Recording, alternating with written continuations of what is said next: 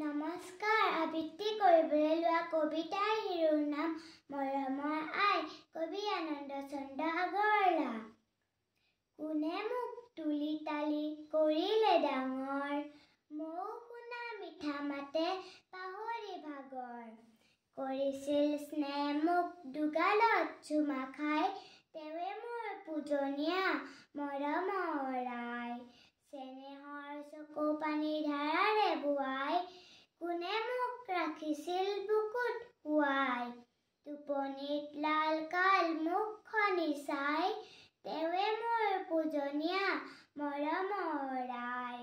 কান্দিছিলো যেবে নদীয়াত ডুব পাই, একেথিৰে কোনে মোৰ মুখলৈ চাই। মৰো বুলি কান্দিছিল